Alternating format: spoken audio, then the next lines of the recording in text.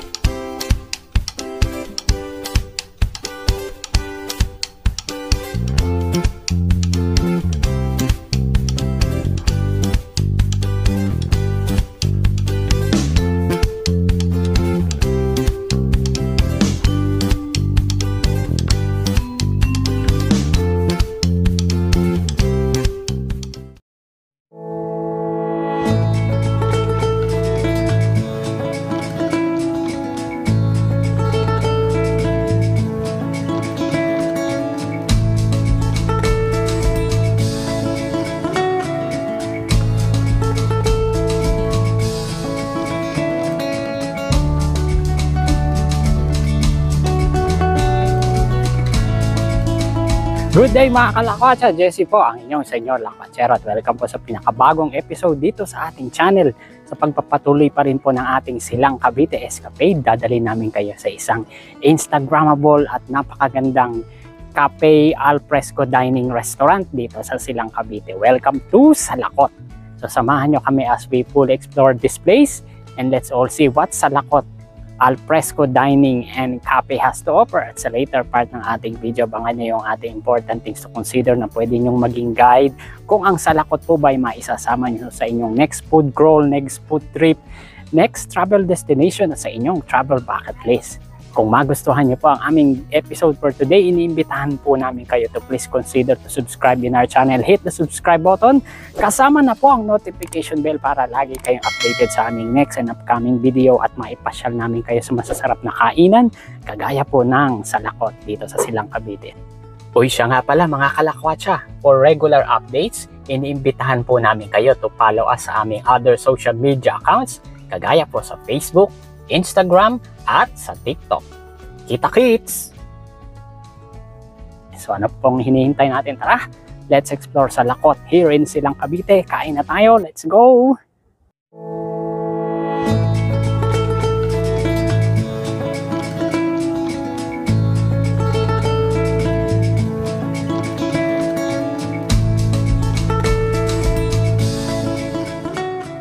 20 minutes lang from Tagaytay or just an hour and 15 minutes from Manila ay mararating nyo na ang patok at dinarayong al fresco dining events place at cafe na ito. Welcome mga kalakwatsa dito sa Salakot, ang proudly Pinoy restaurant na ito located po dito sa Silang Cavite. May 69,000 followers lang naman sa kanilang Facebook page at bakit kanyo? Samahan nyo kami up to the end of this video at nang malaman natin kung bakit ba dinarayo ang restaurant na ito. Sa pagdating pa lang sa lugar ay ramdam na kaagad ang preskong ambience dahil sa magagandang puno at halaman. Tara, sama kayo sa pinakabagong lakwatsa naming ito. Una nating puntahan ang kanilang indoor main dining area. Very spacious ang lugar at ang daming tables para sa kanilang mga bisita. Saktong ganda ang interior design na ginawa para bumagay sa Pinoy theme ng Salakot. Mapapansin ang magandang design ng kanilang podium o mini stage, kaya ito din marahil ang kanilang events place kung saan pwede kayong mag-celebrate ng special occasions, perfect kung marami kayong inimbitang mga bisita. At this point mga kalakwatsa, pasok tayo sa loob para mapakita namin sa inyo ang kanilang mga bahay kubo inspired al fresco dining setup naman. At tiyak na matutuwa kayo sa kakaibang dining experience sa mga bahay kubo na ito. May mga kubo na allotted sa large groups kaya pwedeng isama ang buong pamilya o barkada man. Meron din namang mga munting bahay kubo. For smaller groups naman, ang lakas makaprobinsya feels ng bahay kubo inspired dining area nila dito. Ito ang isa sa recommended naming dining spots dito sa Salakot. Ang mga kubo na ito ay nakapaikot sa replika ng isang malaking bonfire area. Highly Instagrammable ang lugar lalo na paggabi kung saan ang loob ng bonfire ay may mga pailaw pa na mistulang isang totoong malaking bonfire setup.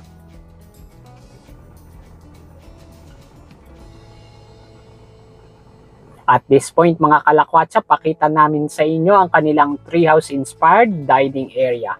Sa pagpasok pa lang sa Salakot ay makikita nyo na kaagad ang spot na ito dahil malapit lang ito sa kanilang spacious parking area. Ito ang naging paboritong spot namin dito sa Salakot at kung bakit, tara, ipakita namin sa inyo.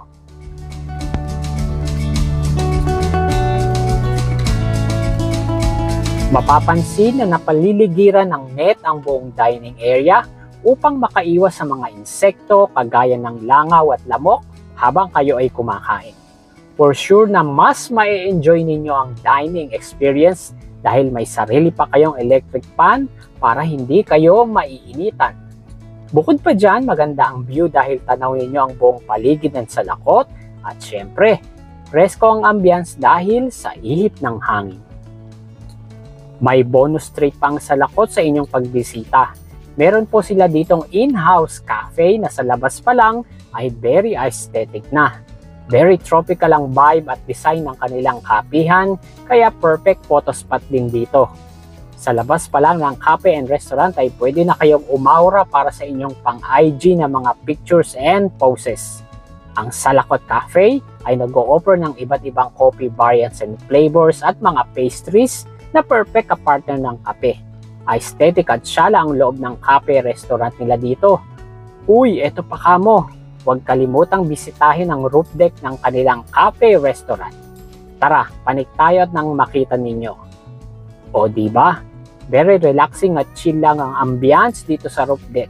Swabe ang coffee experience niyo dito dahil very relaxing ang place.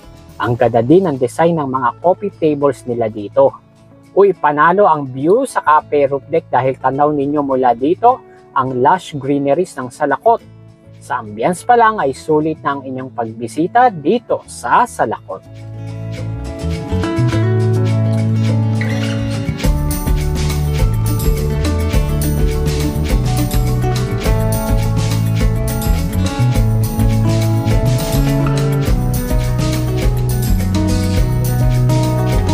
Kung na-enjoy ninyo ang Salakot experience, meron din sila ditong souvenir shop kung saan pwede kayong makabili ng mga Salakot food at novelty items para may remembrance kayo ng inyong happy moments dito sa Salakot.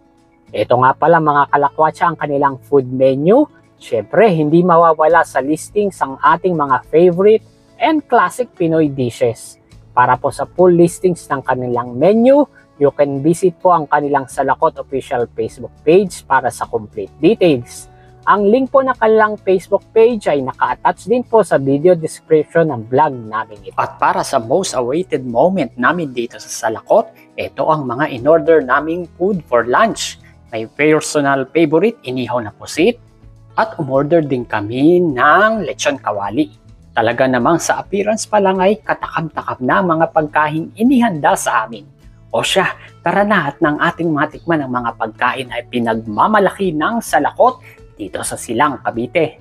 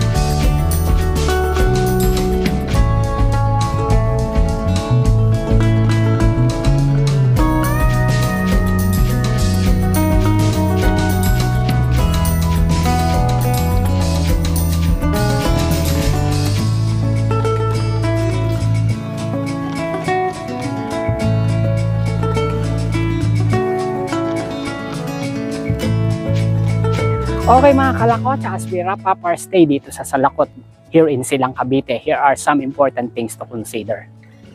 Maganda at preskong ambience, spacious indoor dining area at events place, one-of-a-kind bahay kubo at treehouse-inspired al fresco dining setup, at syempre, masasarap na pagkain ang inyong mararanasan sa pagbisita ninyo dito sa Salakot. Kung kaya po ng inyong schedule, itaon ang inyong Salakot visit during weekdays para po mas konti ang tao. Ma-explore nyong mabuti ang lugar at higit sa lahat ay ma-enjoy ninyo ng lubos ang inyong Salakot dining experience kasama ang friends and loved ones. Nag-enjoy po kami sa aming Salakot experience. Kung nagustuhan niyo po ang aming episode for today, kami po yung nagpapasalamat sa inyong panonood at iniimbitahan po namin kayo to please like this video, hit the like button, make a comment below for your questions and suggestions. I-attach ko po ang official Facebook page ng Salakot para sa inyong further inquiry. Share this video sa inyong pong friends and loved ones para makita din nila kung gaano kaganda ang dining experience dito sa Salakot. And most importantly, kung hindi pa po kayo subscriber sa aming channel, iniimbitahan po namin kayo to please hit the subscribe button kasama na po ang notification bell para na ipapasyal namin kayo sa magaganda, Instagrammable at maka-experience kayo ng unique dining experience kagaya po dito sa Salakot.